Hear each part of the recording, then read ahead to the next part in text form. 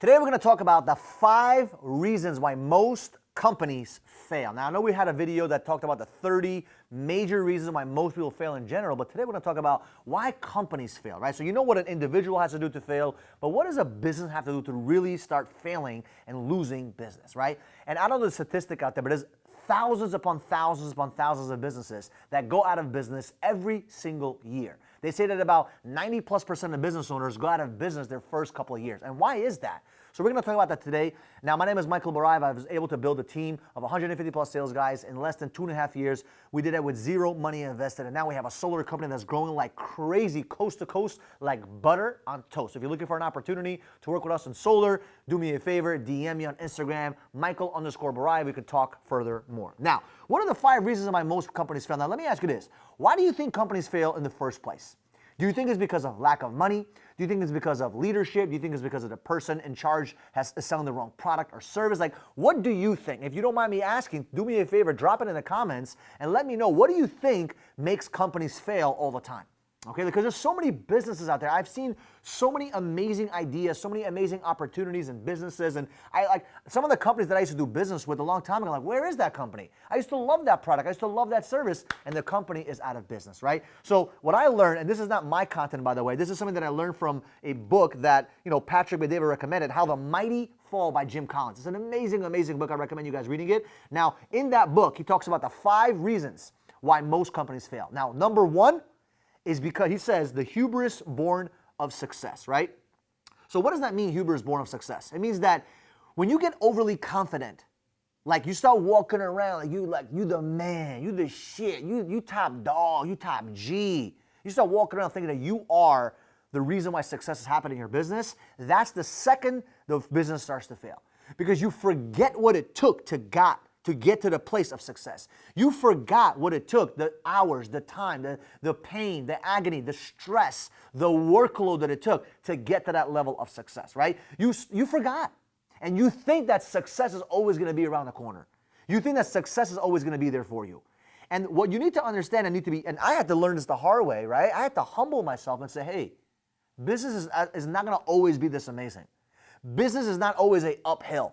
There's going to be some downs and maybe some ups. Now, those downs may not be as the previous downs because you're still growing, but there's still going to be some retraction. There's going to be some slowdown, some pauses, some failures in that specific time frame of your business. And you have to understand that you cannot have this mindset of this overly confident mindset that you are the shit at all times, because you don't know if another company is planning for your defeat. You don't know if another company is literally planning to put you out of business. And that's how you have to live.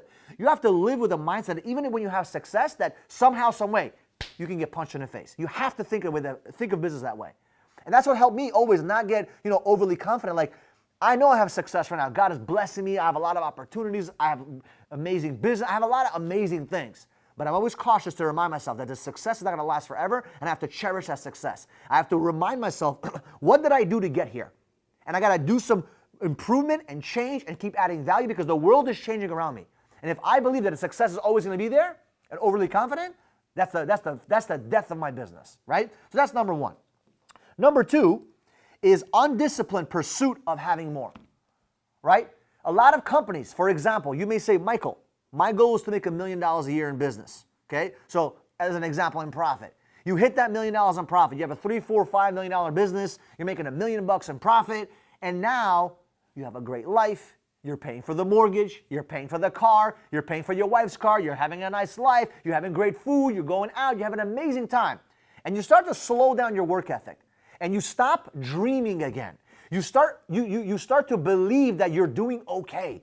And you become complacent. You become satisfied. And that is the big death of you. That is the big death of business, right? Because you have to pursue more. If you are not chasing a new dream, if you're not chasing a new vision, your teammates, your employees, they're going to feel that. And what ends up happening is that you start to slack, your team starts to slack, your customers feel that, now your whole business is going out of business because you're not hungry. Because remember when you were making $25,000 a year and you were dying to have that business get to $100K a year, $1 million a year, $5 million, $10 million, $20 million? Like, do you remember those days? Think about that. When you're hungry, that's what made you grow, because you were starving for success. You were hungry for growth. And all of a sudden, you get that success and you start saying, what? I'm Gucci. I'm okay. I don't need to make more. I'm happy with what I have and being content. And remember, there's a big difference between grateful, right? There's a big difference of being grateful for what you have, right? And not being satisfied. Like, I'm extremely grateful for where I'm at. I'm extremely, happy. I pinch myself every single day. Thank you, God, for blessing me. But I don't ever say to myself, that's it, I'm done. Like, I have huge dreams and huge goals. And the reason why I have those big goals is so that I never get satisfied. I don't want to be comfortable. Because the second you get comfortable, boom, that's the death of your business, okay? So remember, you got to be disciplined to pursue more. And it's not easy when you start having success. Next, number 3, denial of risk and peril. Okay? Denial of risk and peril. Huge mistake. Sometimes we think that we're going to be here forever, that our product is going to last forever. Look what happened with, Facebook.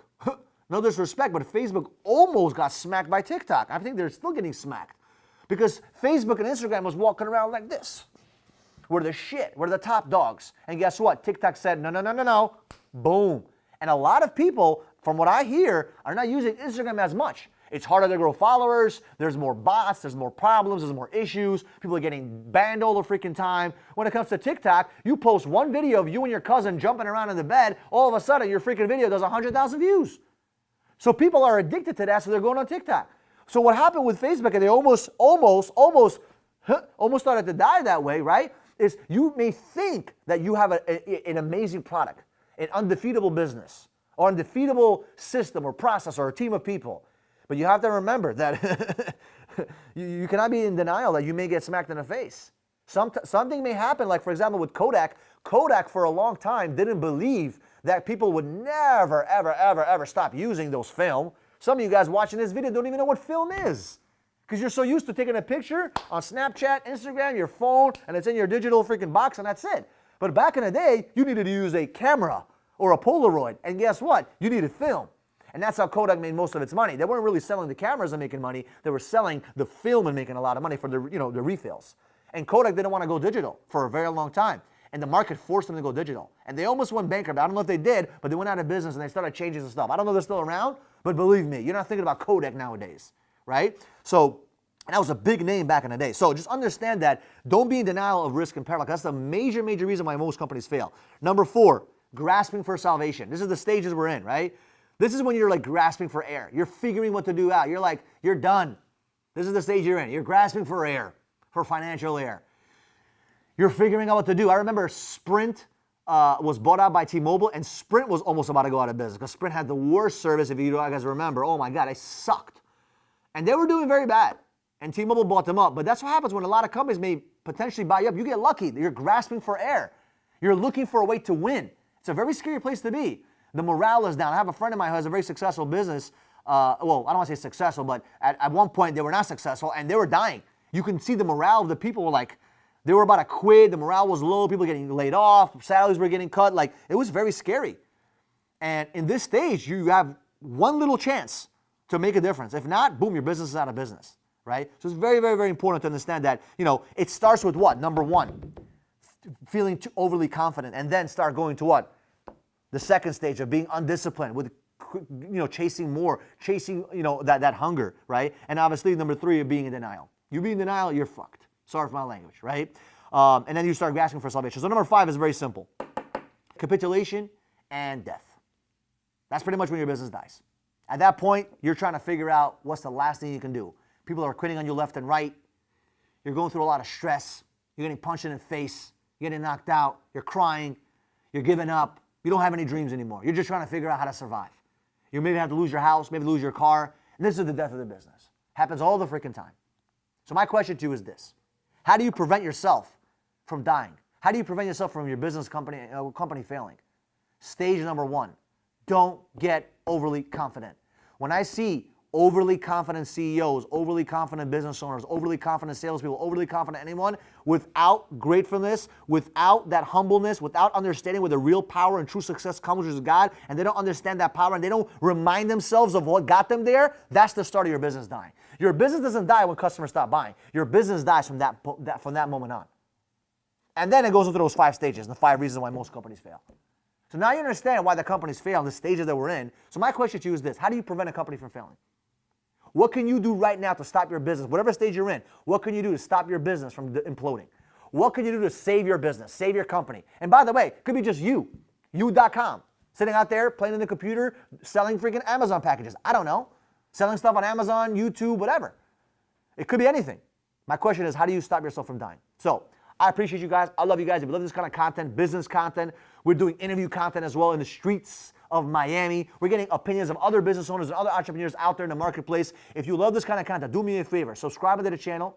Like, comment, put that notification bell on so you know exactly when we post these videos. I appreciate you for your support, and I see you guys in the next video.